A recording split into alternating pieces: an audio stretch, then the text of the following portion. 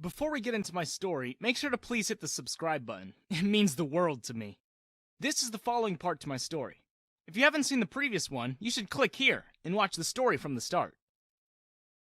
Hey everyone, it's Milton again. Sorry for keeping you guys waiting for so long. I'm going to pick up the story from where I left it at last time. If you all remember, then I told you about how I had lied to my sisters and everyone about losing my wealth and company. I did that to get rid of future drama.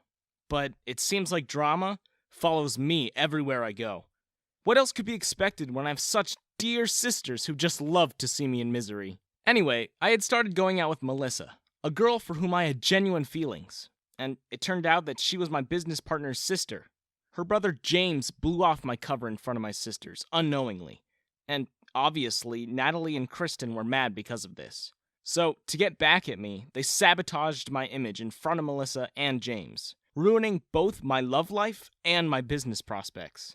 I tried to explain everything to them, but they didn't even give me a chance to. I had no option but to leave. After that incident, I tried millions of times to contact James and Melissa, but they avoided me at all costs. They just weren't ready to listen to anything I had to say.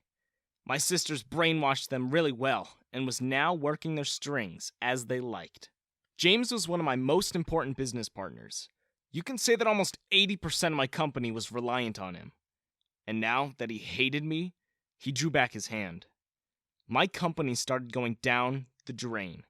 Not to mention that James is very influential in the business world, and because of him, I lost all of my major clients and investors.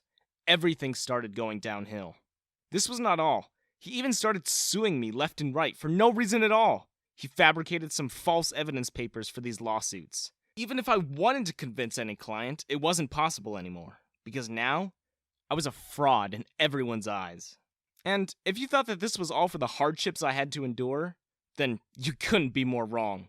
Let me get to the topic of my sisters now. The incarnation of evil on Earth. As I already told you all, they had James right in their trap. I strongly suspected that everything James was doing was actually on my sister's command. And since this wasn't enough for them, they started finding new ways to taunt me.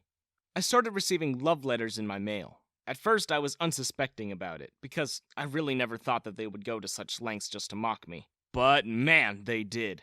The first letter I got started out so well that I was actually starting to believe it. I even felt hopeful that it might be from Melissa, but as it neared the end, the tone became sarcastic and mocking, and when I saw the immature lines such as, "Did you really think you could deceive us and get away with it? Our parents hated you for a reason. This is what happens when you let your name and fame get to your head. If you thought we ever loved you, you have another thing coming." I had no doubt who the letter was from.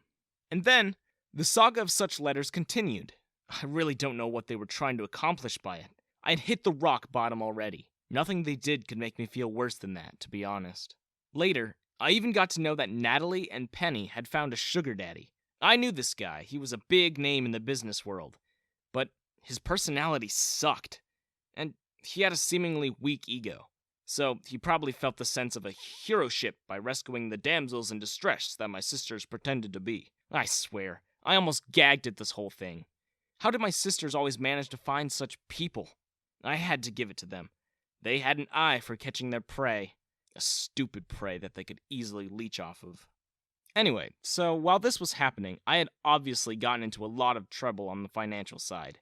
James was taking advantage of my vulnerability and buying the stocks and shares of my company at the price of peanuts. And I couldn't do anything but watch helplessly. I even had to liquidate my assets and my house in order to pay for everything. Everything consisting the downfall of my company had taken, and the false accusations that James had made on me. What made all this worse was that what belonged to me was now going to my sisters, who had a hand behind all this.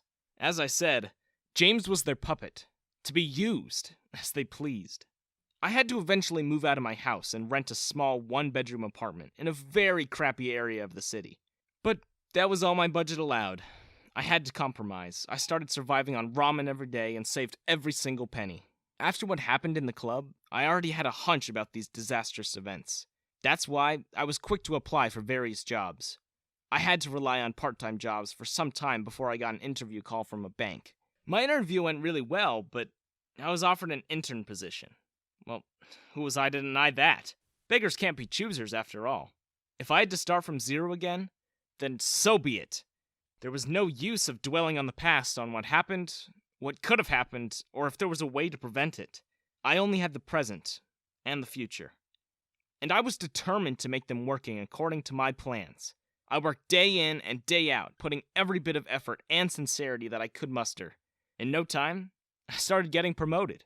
I had to drop out of my college earlier because I had no money for tuition.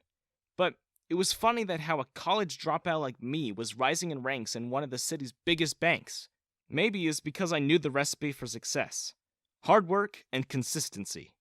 My hard work had paid me in my life before, and it was paying me again. I was just glad that I was able to pick myself back up after falling down miserably. My sisters could shove me all they wanted, but I always had myself and my talent to rely upon. Within a year, I was eating lobster on the 41st floor of the tallest skyscraper in the city. Yep, I was back in the game. I had become a partner in the bank and was earning more than I had ever earned in my life. This time, the success was even bigger than my last one. The media was covering me as the new partner of the bank, and my face was everywhere from the newspapers to the TV to social media sites. And this, of course, grabbed the attention of the evil forces in my life, aka my sisters. I received a call from an unknown number one day. Hello? Who is this? I asked after receiving the call. Hey Milton, I'm one of your biggest fans. I heard a very familiar voice on the other side. It was definitely Natalie. But I decided to play along for my own amusement. Why are you a fan of a boring banker like me? I asked in disbelief. Go and find some celebrities on the internet. I've been your fan since ages, she exclaimed in exaggeration. I was there for you for all of your highs and lows.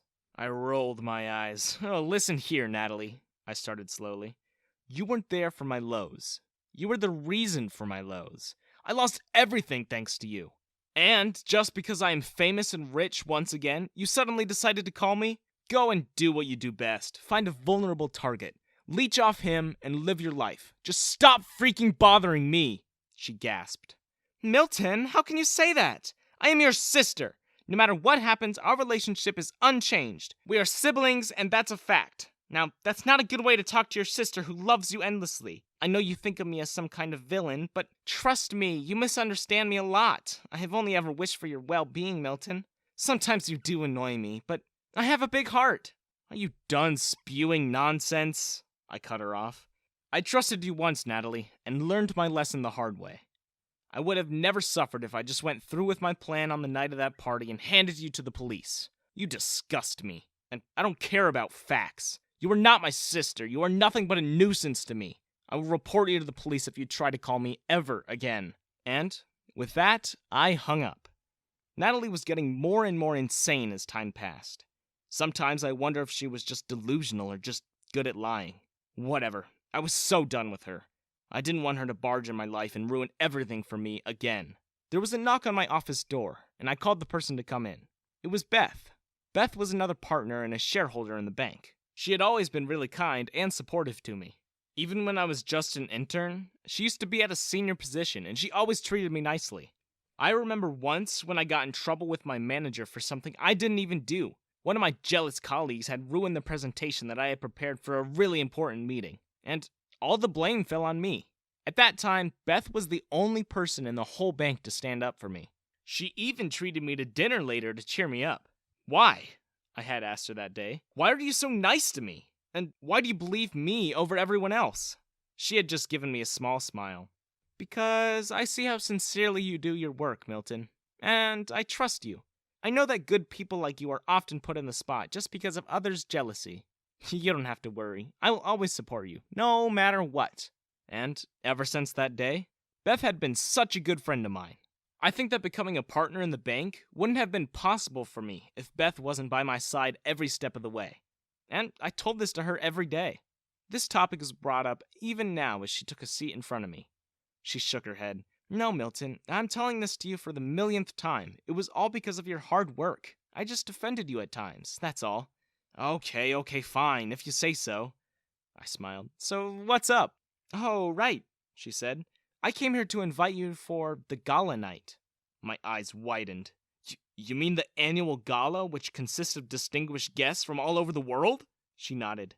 Yes, of course. Since you are our partner now, your presence is a must. This gala thing was a huge deal in the business world, and being invited to it was an honor in itself. I couldn't be happier than this. I accepted the invitation, obviously. Only, I should have known that nothing could ever go smoothly in my life.